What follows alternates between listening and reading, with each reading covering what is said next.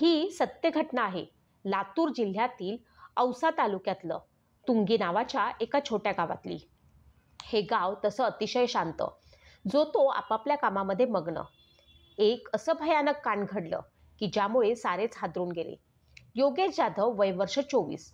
आपलं काम भलं आणि आपण भलं, असं त्याचा स्वभाव होता. तो काही कुणामध्ये जास्त मिसळत नसे. शाळेत असलेल्या दिवसापासूनच तो शाळेतून आला की आपल्या वडिलांसोबत शेतामध्ये राबत असे. त्यामुळे त्याला जास्त कधी कुणासोबत राहण्याची संधीच मिळाली नाही आणि हळूहळू ती त्याची सवय झाली. त्यानंतर काही वर्षांमध्ये त्याच्या वडिलांचं निधन झालं. त्यामुळे वडिलांनंतर तो एकटाच कमावता असल्यामुळे संपूर्ण घराची जबाबदारी त्याच्या खांद्यावरती आली. तो देखील व्यवस्थितपणे सर्व जबाबदारी पार पाडत होता. पण कधीकधी जबाबदाऱ्यांचं ओझं वाढतं आणि त्यामुळे माणसाला काय करावं ते सुचत नाही. तसंच त्याच्या बाबतीतही झालं. अगोदर शांत असणारा योगेश एकाकी पडल्यामुळे आणि जबाबदाऱ्यांचं ओझं वाढल्यामुळे दारूच्या व्यसनाकडे वळला. मित्रमंडळी नसल्यामुळे त्याला आपलं दुःख कुणासोबत बोलता येत नव्हतं. पण त्याला आता हे जाणवू लागलं होतं की जर आपण व्यसन केलं तर हळूहळू त्या गोष्टीचा आपल्याला विसर पडतो आणि हीच गोष्ट त्याच्यासाठी भयानक ठरली. या गोष्टीमुळे तो त्या गोष्टीच्या अगदी खोल गर्तेत बुडाला. अगोदर जबाबदाऱ्यांचं ओझं बाळगणारा योगेश आता दिवसभर दारूच्या व्यसनामध्ये गुंतून राहू लागला. शांत स्वभावाचा असणारा योगेश आता काहीतरी वेगळाच स्वभावाचा झाला होता. त्याने जास्त दारू पिली की तो घरी आल्यावरती शिवीगाळ करत असे. रात्रंदिवस त्याची बडबड सुरू असत असे. त्याला कुणी समजावण्याचा प्रयत्न केला तर तो त्यांच्यावरतीच आरडाओरडा करत असे. कधीकधी तर तो मारण्यासाठी पुढे देखील धावत असे. त्याच्या आईने आणि त्याच्या भावाने त्याला समजावण्याचा खूप वेळा प्रयत्न केला, पण त्याला मात्र कुणाचंही समजावणं देखील समजत नव्हतं. रात्रंदिवस तो शिवीगाळ करत असे. त्यामुळे शेजारी पाजारी देखील त्रासून गेले होते. ते आता रोज त्याच्या आईकडे तक्रारी करू लागले होते. तुमच्या मुलाला समजवा, त्याच्यामुळे आम्हाला देखील त्रास सहन करावा लागत आहे. या सर्वांमुळे त्याची आई आणि भाऊ देखील खूप वैतागले होते. त्याच्या भावानं त्याला खूप वेळा समजावलं, दादा असं करू नको, आपण चांगलं राहू, तू दारू सोडलीस तर आपण सुखामध्ये राहूया. पण योगेश मात्र सारखा ही झिडकारून लावत असे. आई देखील रोज त्याच्या शिव्या आणि मारहाणीला कंटाळली होती. कधीकधी त्याचं वागणं गावातही इतकं भयानक असायचं की लोक देखील घाबरत होती. तो कधी काय करेल याचा नेम नसत असे. आईला तर काय करावे हे सुचत नव्हते. पण त्या दिवशी मात्र काहीतरी वेगळंच घडलं. 28 जानेवारी 2024च्या सकाळी औसा पोलिसांना एक फोन आला. साहेब, माझ्या भावाने आत्महत्या केली आहे. ही वार्ता समजताच पोलीस तात्काळ घटनास्थळी पोहोचले.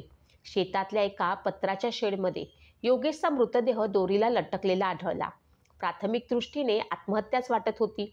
त्याच्या लहान भावानं पोलिसांना सांगितलं की तो दारू पिऊन खूप त्रास देत होता.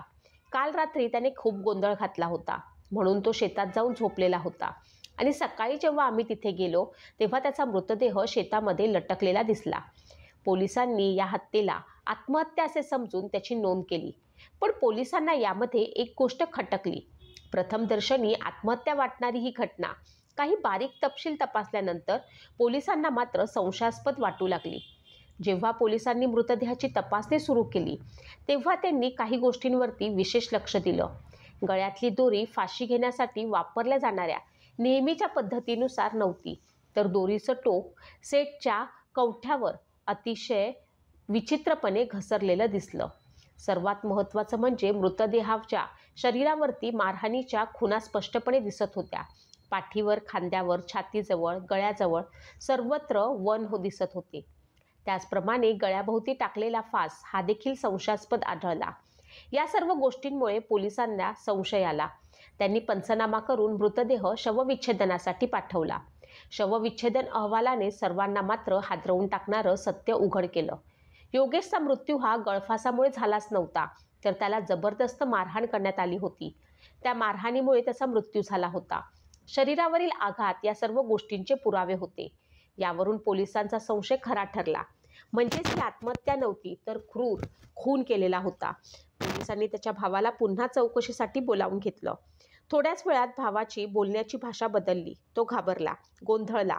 पोलिसांनी त्याच्याकडे कसून चौकशी करायला सुरुवात केली. तेव्हा मात्र त्यानं सत्य पोपटासारखं बोलायला सुरुवात केली. त्यानं सांगितलं, माझा भाऊ सतत दारू प्यायचा. तो सतत शिवीगाळ करायचा. घरामध्ये आईला देखील मारहाण करायचा.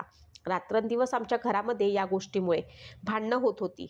इतक्यातमध्ये शेजाऱ्यांचा देखील या गोष्टीचा खूप त्रास होत होता. त्यामुळे सर्वजण आमच्याकडे याबद्दल तक्रार करत होते. आम्ही खूप दिवस त्याला समजावण्याचा प्रयत्न करत होतो, पण तो मात्र समजत नव्हता. त्यामुळे माझ्या आईनेच मला सांगितलं, याला संपवलं पाहिजे, नाहीतर आपणच मृत्युमुखी पडू. म्हणून आम्ही दोघांनी मिळून त्याला काठीने आणि लाथाबुक्क्यांनी बेदम मारलं.